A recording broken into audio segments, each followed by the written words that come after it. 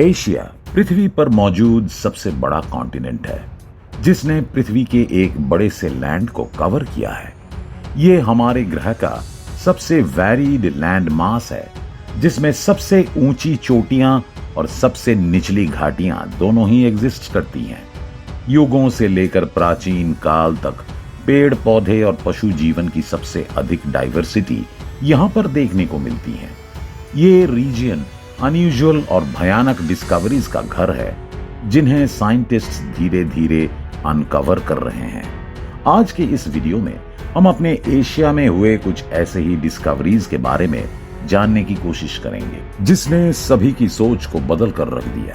तो चलिए बिना समय गंवाए इस वीडियो को शुरू करते हैं। द गोल्डन बोल।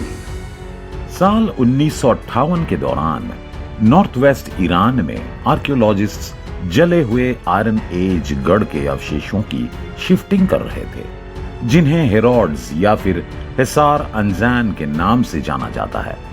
जब उन्होंने मैग्निफिसेंट भयानक डिस्कवरी किया तब मलबे के बीच उन्होंने एक गोल्डन बोल को अनकवर्ड किया जो करीब 3000 साल पुराना था। जब यह प्राचीन खजाने की न्यूज प्रेस तक पहुंची तब सारा अटेंशन इसकी ओर चला गया। गोल्डन बोल फिगरेटिव सीन्स के साथ डेकोरेट किया गया था और वो ओरिजिनली यूरार के रॉयल एस्टेट्स को बिलोंग करता था, एक आयरन एज किंगडम जो मॉडर्न आर्मेनिया में लेक वैन के आसपास सेंटर्ड था। आर्टिस्टिक स्टाइल पर बेस्ड ये करीब 800 ईसा पूर्व का बताया जाता है। बोल का वजन 1 किलोग्राम और उसका डायमीटर 14 सेंटीमीटर तक था। उस पर योद्धा, रथ और माइथोलॉजिकल क्रीचर की इमेजरी थी। ठोस सोने से बना ये बोल उस समय काफी कीमती रहा होगा। फिर भी ये हेरोड्स के खंडहरों के भीतर कुचला और जला हुआ पाया गया। स्कॉलर्स कहते हैं कि 800 ईसा पूर्व हेरोड्स शत्रु के रूप में यूरेशियाई लोगों के आक्रमण का शिकार हुए। सेना ने गढ़ पर आक्रमण किया। 3 सैनिकों ने राजकोष से गोल्डन बोल ले लिया और उसे लेकर भागने का प्रयास किया। हालांकि वे समय रहते भाग नहीं पाए। हमले ने हेरोड्स को तहस नहस कर दिया और सैनिक गिरने वाले ईंटों और मलबों में फंस गए। जिन्होंने हेरोड्स पर हमला किया था वे एक अवसरवादी लुटेरे थे। उनके लालच ने उन्हें इतना बड़ा रिस्क लेने के लिए मजबूर किया। वे सब कुछ खो बैठे, यहां तक कि अपनी जिंदगी भी, और गोल्डन बोल बस एक युद्ध का प्रतीक बनकर रह गया। होमो फ्लोरेसिएंसिस। रियल लाइफ प्राचीन हॉबिट स्पीशीज को अनकवर करने से अधिक महत्वपूर्ण और क्या हो सकता है। 2003 में ऑस्ट्रेलिया और इंडोनेशिया की एक आर्कियोलॉजिस्ट टीम ने इंडोनेशिया के फ्लोरेस आइलैंड पर मौजूद लियांग बुआ गुफा को एक्सप्लोर किया और टीम ने इंसान के जैसा एक छोटे से कंकाल के अवशेषों का अद्भुत डिस्कवरी किया जिसका आकार एक एडल्ट व्यक्ति के मुकाबले सिर्फ 1 मीटर का था। उसकी खोपड़ी आज के नॉर्मल इंसानों के खोपड़ी का 1/3 जितनी बड़ी थी। उस प्रजाति को होमो फ्लोरेसिएंसिस नाम दिया गया था जो खुद को जेन्युइन, लॉन्ग लास्ट और कम समझदार ह्यूमन एंसेस्टर्स के तौर पर रिप्रेजेंट करती थी। होमो फ्लोरेसिएंसिस का छोटा कद और साथ में एडवांस क्रेनियल का यूनिक कॉम्बिनेशन और डेंटल फीचर्स वैज्ञानिकों को भ्रमित कर दिया, जो इस बात पर डिबेट करने लगे कि क्या ये वास्तव में एक अलग मानव प्रजाति के अवशेष थे या केवल बीमार आधुनिक मनुष्यों के अवशेष थे जो डेवलपमेंटल डिसऑर्डर से पीड़ित थे। हालांकि हाल ही में किए गए एनालिसिस और रिसर्च ने यह कंफर्म किया कि निश्चित रूप से ये एक विशिष्ट अर्ली ह्यूमन लाइनेज यानी शुरुआती मानव वंश थे और ट्रॉपिकल आइलैंड निवास स्थान पर रहते थे जो हमारे स्पीशीज के साथ ओवरलैप किए और करीब 50,000 साल पहले रहते थे। खुदाई के दौरान ये पता चला कि वे बुद्धिमान थे, साथ में एक सफल कल्चर को चलाने और औजारों को बनाने में सक्षम भी थे। The demon on clay tablet. 2020 में आर्कियोलॉजिस्ट ने करीब 2700 साल पुराना क्ले टैबलेट का ट्रांसलेशन अनाउंस किया जो दशकों पहले एक प्राचीन असीरियन केव सैंक्चुरी में मिला था। उस यूनिक टैबलेट में जू नामक एक राक्षस को दर्शाया गया है और टैबलेट पर प्राचीन भूत प्रेत भगाने की रस्म का वर्णन अंकित है। टैबलेट ने मेसोपोटामिया के डीमोनोलॉजी और उस युग के फोक मेडिसिन के रेयर इंसाइट्स दिया है। टैबलेट सबसे पहले नॉर्दर्न इराक के जमीन के नीचे मौजूद गुफा में मिड 20th सेंचुरी में डिस्कवर किया गया था। यह सीक्रेट गुफा एक बड़े से मंदिर का हिस्सा था जो असीरियन नेशनल गॉड एशर को डेडिकेटेड किया गया था। 1950s के समय खुदाई के दौरान 100 से अधिक टैबलेट्स और आर्टिफैक्ट्स मिले थे, जिनमें से एक जू टैबलेट था जिसमें राक्षस जू को दर्शाया गया था। वो सिंह के साथ एक विंग्ड हाइब्रिड क्रीचर दिखता है। शरीर एक इंसान के जैसा, पूंछ और पंजा एक पक्षी की तरह और जीभ सांप की तरह है। टेक्स्ट में जू को भगवान अनु के दुष्ट संतान के रूप में डिस्क्राइब किया गया है। इंस्क्रिप्शन के अनुसार जू को एक दुष्ट आत्मा माना जाता था जो इंसानों पर कब्जा करती थी और दौरे सहित अलग अलग दुखों का कारण बनती थी। उस समय के असीरियन और बेबीलोनियन लोगों को इस तरह का बिहेवियर शारीरिक बीमारियों के बजाय राक्षसी ताकतों के कारण लगती थी। इसमें कहा गया है कि देवताओं की शक्ति से जू की आत्मा को बाहर निकाला जा सकता था या फिर उसे शक्तिहीन किया जा सकता था। मोहनजोदारो मॉडर्न पाकिस्तान और इंडिया के इंडस वैली में मौजूद advance bronze as urban centre में से एक था। वो लगभग 2500 ईसा पूर्व पहले अपने पीक पर था।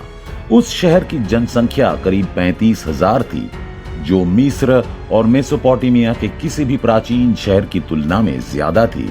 हालांकि 1800 ईसा पूर्व ये पूरी तरह से खाली हो गया था। मोहनजोदारो के खंडहर हजारों सालों से अनडॉक्यूमेंटेड था, जब तक कि साल 1920 में वहां की खुदाई शुरू नहीं हुई। तब आर्कियोलॉजिस्ट इस शहर के आकर्षक डिटेल्स अनकवर्ड किए। इसके अलावा इसके ध्वस्त होने के पीछे की डार्क मिस्ट्री का भी खुलासा किया। वास्तव में मोहनजोदारो नाम का मतलब सिंधी में माउंड ऑफ द डेड यानी कि मृतकों का टीला होता है। ये अशुभ नाम खंडहर से आया है, जिसमें सैकड़ों मनुष्यों के कंकाल मिले जो मलबे के परतों के बीच बिखरे हुए थे। इसके निवासियों पर कौन सी विपत्ति के कारण इतने बड़े पैमाने पर जीवन की हानि हुई? वैसे तो एविडेंस यही बताते हैं कि इसके पीछे का कारण बाढ़ है, जिसमें दूषित पानी और फैली बीमारी भी हो सकती है। बाढ़ के कारण लोग भागने लगे, लेकिन उनमें से कई लोग समय पर भागने में असफल रहे और उन्हें अपनी जान गंवानी पड़ी। इसके अलावा कई थ्योरी ये भी सुझाव देते हैं कि नोमैडिक इंडो एरियन ट्राइब्स के इन्वेशन के कारण शहर से माइग्रेशन होना शुरू हो गया। इसके साथ ही मिली खोपड़ियां सजेस्ट करती हैं कि उनके ऊपर हमला किया गया था, क्योंकि खोपड़ियों में कई प्रकार के इंजरीज के निशान भी मिले। आर्कियोलॉजिस्ट्स का मानना है कि मोहनजोदारो के निवासियों का हिंसात्मक अंत हुआ था। इसके खात्मे के पीछे कई तरह की चीजें बताई जाती हैं, लेकिन अभी तक इस शहर को जितना और इसका आइडेंटिटी अभी भी एक रहस्य है। Hidden rooms of the Taj Mahal. ये सभी को पता है कि ताजमहल कहां पर स्थित है, लेकिन फिर भी जानकारी के लिए बता दें कि ताजमहल भारत के आगरा में स्थित है।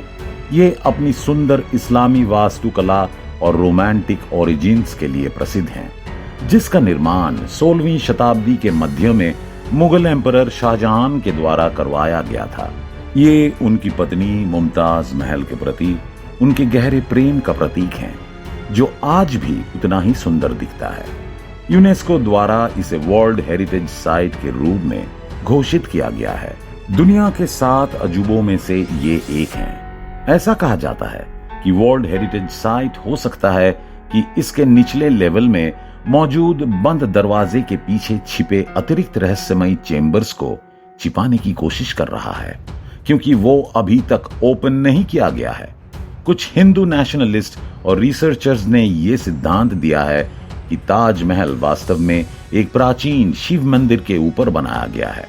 वे आर्ग्यू करते हैं कि शाहजहां ने भगवान शिव को समर्पित प्राचीन हिंदू मंदिर को जब्त कर दिया था और फिर उसके ऊपर ताजमहल का निर्माण किया गया। उनका कहना है कि सीक्रेट चैम्बर में शिवलिंग, पवित्र हिंदू मूर्तियां, शिलालेख या फिर कुछ अन्य एविडेंस मौजूद हो सकते हैं जो टेम्पल थ्योरी को सपोर्ट करते हो।